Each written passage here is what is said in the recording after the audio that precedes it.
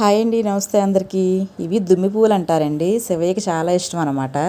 ఇదివరకు చాలా పూసాయి మా దొడ్లో. అంటే కిందటి సంవత్సరం కార్తీక మాసం కాబట్టి అంత క్రితం కార్తీక మాసానికి గిన్నెడు పూసాయి అనమాట. చెట్లన్నీ పోయాయి వేసవకాలంలో.